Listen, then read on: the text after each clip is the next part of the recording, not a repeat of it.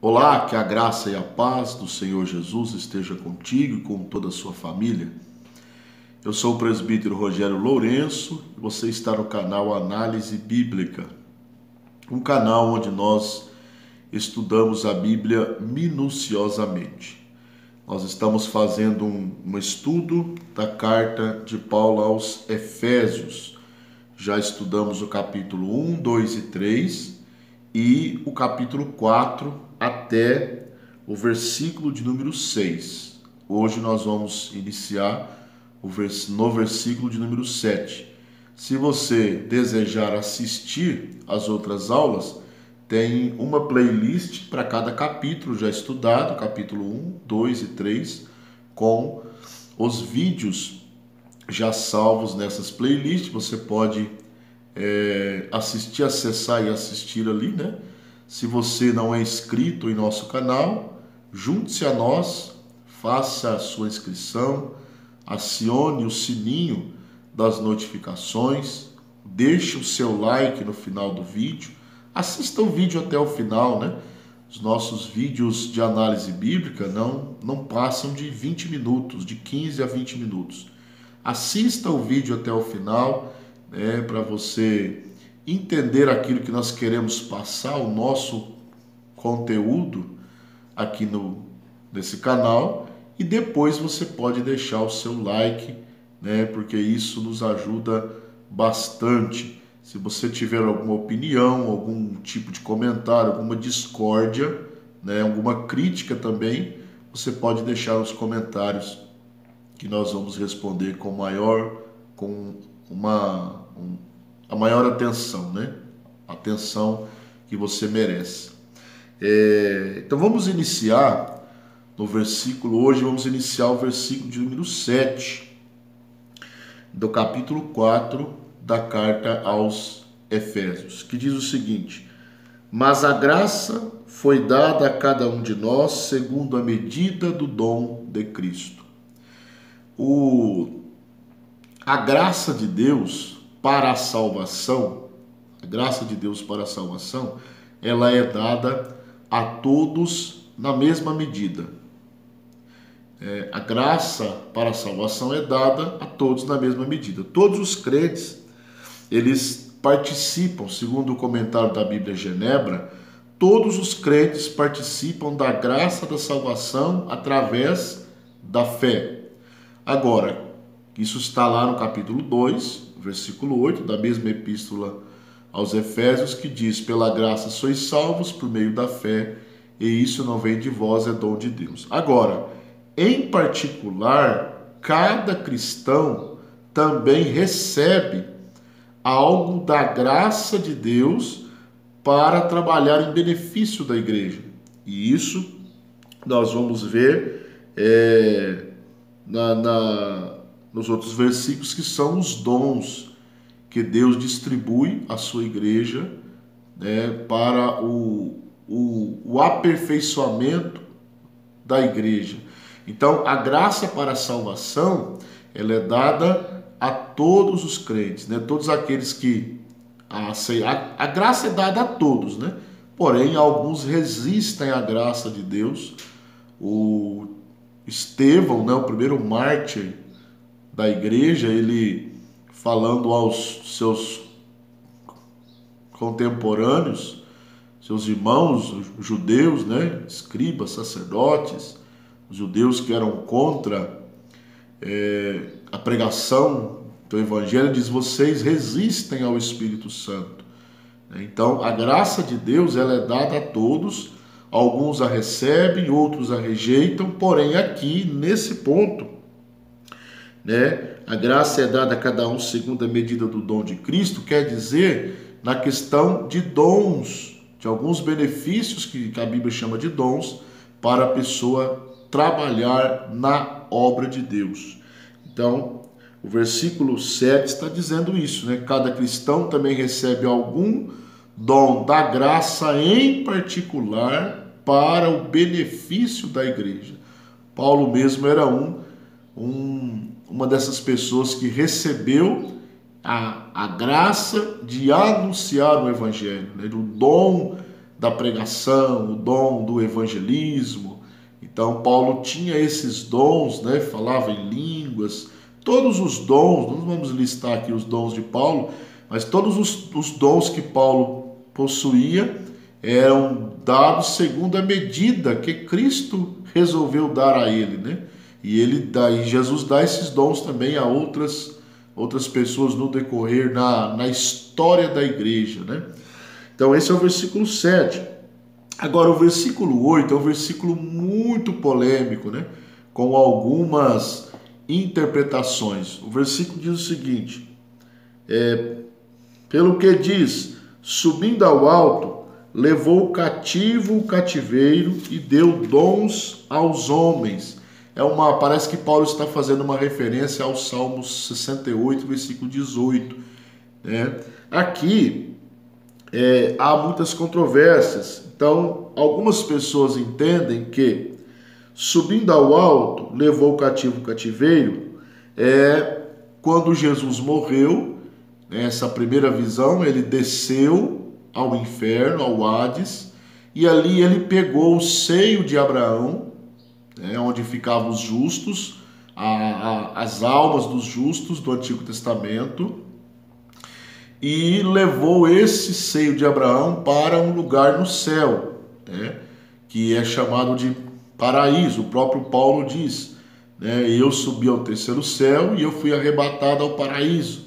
Então alguns entendem que levar cativo o cativeiro aqui quer dizer pegar o seio de Abraão, que ficava no mesmo lugar do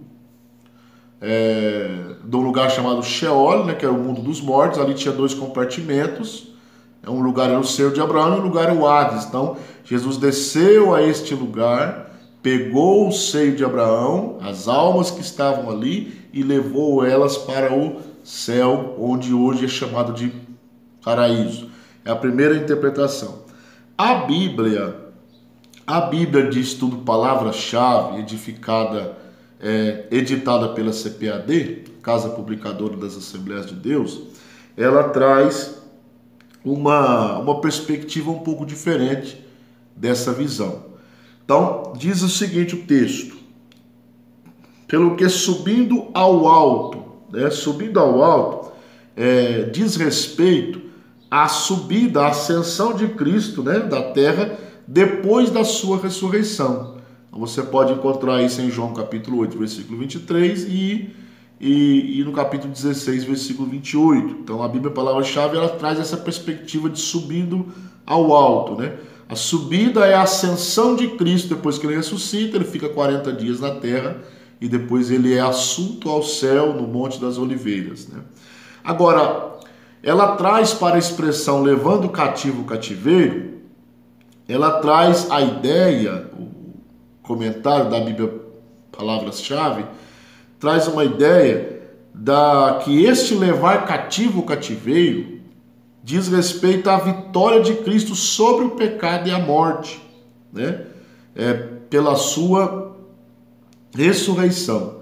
Então, a visão aqui seria que não levar alguém cativo para o céu, mas tornar alguém cativo. No caso, o pecado e a morte.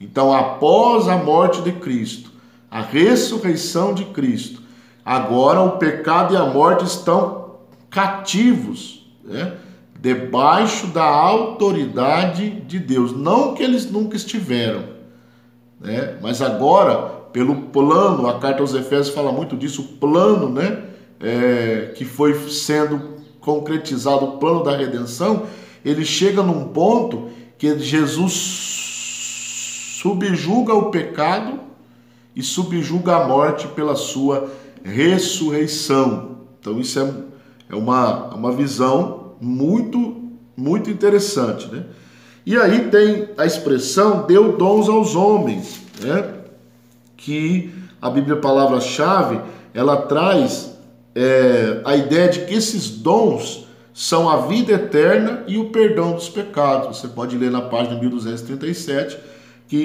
deu dons aos homens significa dar a vida eterna aos homens, e o perdão dos pecados. É como se Cristo tivesse numa luta contra o pecado e a morte.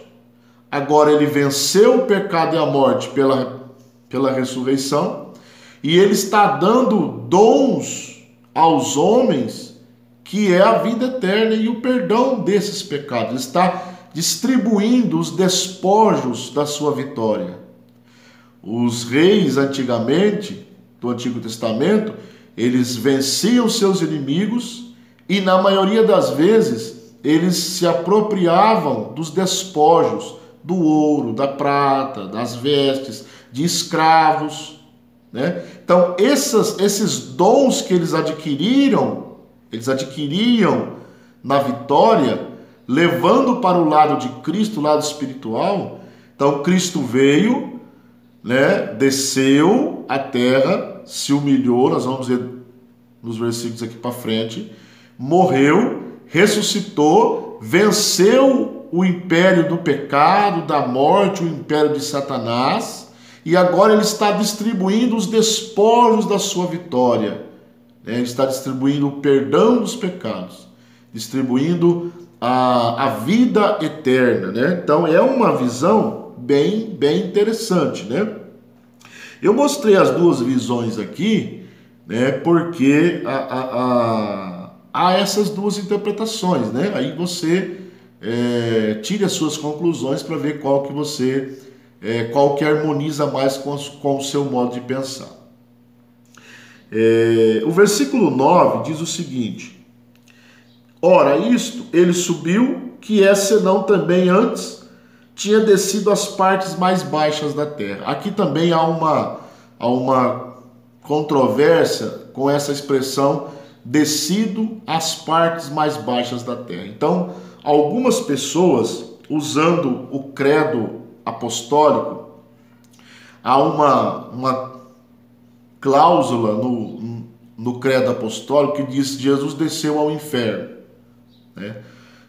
Mas, na verdade, essa cláusula, ela não existia originalmente no credo dos apóstolos. Ela foi inserida alguns anos depois que o credo foi redigido. Então, ela não é de total confiança, né? Porque ela foi colocada depois. Então, a interpretação que talvez se harmonize melhor aqui é que ele subiu, se não é, que é senão também desceu. Ou seja, para ele subir, para Jesus subir após a ressurreição, ele tinha que ter descido, né? Descer às partes mais baixas da terra talvez não signifique que Jesus foi lá no Hades e pegou esse seio de Abraão, né? Essa é uma interpretação. Eu não estou dizendo que é a mais correta. Eu só estou te dando duas opções, né, para você mesmo tirar suas conclusões. Mas talvez essa seja esta melhor, porque você não encontra na Bíblia essa questão de que Jesus desceu ao inferno. Essa expressão, né? Essa expressão. Há um texto em Pedro que fala que ele pregou aos espíritos em prisão, né, tal, mas há uma outra vertente para esse texto também, que não é o caso aqui, né? Mas eu estou citando que alguns ligam esse pregar aos espíritos em prisão com essa descida de Cristo às partes mais baixas da terra. Então não tem um texto claro que diz que Jesus desceu ao inferno. É uma cláusula, tá, no credo apostólico, não faz parte da Bíblia, é o credo dos apóstolos. Então talvez a interpretação da Bíblia Palavra-Chave nesse caso talvez seja um pouco mais harmoniosa, né? Quando diz que ele desceu às partes mais baixas da terra, ele está se referindo à sua encarnação, né? A sua humilhação mais baixas da terra quer dizer que ele se humilhou, né? Sendo Deus, se fez homem, desceu às partes mais baixas da terra, né? Viu o sofrimento, viveu a humilhação, né? Então talvez essa se harmonize mais com o contexto do texto aqui. Não estou dizendo que é a melhor e que é a final, né? Nós temos outras opiniões. Só estou te dando essas opiniões para você tirar a sua conclusão. Então, aquele que subiu após a ressurreição é aquele que antes tinha descido e tinha se encarnado e vivido entre os homens, né? Agora, o versículo 10 diz: aquele que desceu é também o mesmo que subiu acima de todos os céus para cumprir todas as coisas. Então, aquele que desceu, o versículo 10 continua na mesma linha, né, do versículo 9, aquele que desceu é também o mesmo que subiu, né? Só troca a ordem aí, né? O versículo 9 fala aquele que subiu, ele desceu antes. Agora aquele, no versículo 10, na ordem correta, né? Talvez na ordem do entendimento. Ele desceu, se encarnou e depois subiu e está acima de todos os céus, à direita de Deus, né? E agora o que eu gostaria de frisar aqui, no versículo 10, é o finalzinho do versículo, diz para, ele subiu, desceu, subiu para cumprir todas as coisas. O cumprir todas as coisas aqui pode ser uma referência à missão que Cristo veio fazer na terra, né? A missão que ele veio. O porquê ele veio descer? Ele veio para morrer na cruz do Calvário em nosso lugar, para expiação do pecado. Então ele veio, desceu, cumpriu aquilo que ele tinha que cumprir, subiu, está à direita de Deus. Então, cumprir todas as coisas diz respeito, talvez, né? Provavelmente, a missão de Cristo, a missão dele aqui na terra, aquilo que ele veio fazer aqui, e ele cumpriu perfeitamente, né? Ele mesmo ora e fala: Pai, eu fiz o que o que eu tinha que fazer. Quando ele está na cruz, que ele dá o brado, né? Diz: está consumado. Está consumado, né? Então, aquilo que o Senhor me deu para fazer, eu fiz. Então, ele cumpriu todas as coisas, cumpriu a sua missão aqui na terra. Ok? Vamos encerrar esse vídeo por aqui, né? Porque nós temos aqui alguns vídeos ainda para terminar a carta aos Efésios. Nós já temos 2 vídeos agora, né? Um lá na playlist, mais esse que eu vou lançar agora no YouTube, para já do capítulo 2, do capítulo 4. Então você pode ir lá assistir o primeiro vídeo do capítulo 4, que vai até o versículo 6, né? E depois você pode acessar os outros vídeos também do capítulo 1, 2 e 3. Se você gostou do vídeo, deixa o seu like aí, isso aí nos ajuda bastante, né? Nos anima a produzir o conteúdo aqui para o canal. Esse tipo de conteúdo, né, aqui do meu canal, ele talvez é um pouco desprezado, né? Essa é uma verdade. Por quê? Porque é um estudo minucioso da Bíblia, né? E nem todos têm a paciência de ler versículo por versículo, talvez expressão por expressão, e garimpar mesmo, né? Existe texto que tem que garimpar o significado dele ali.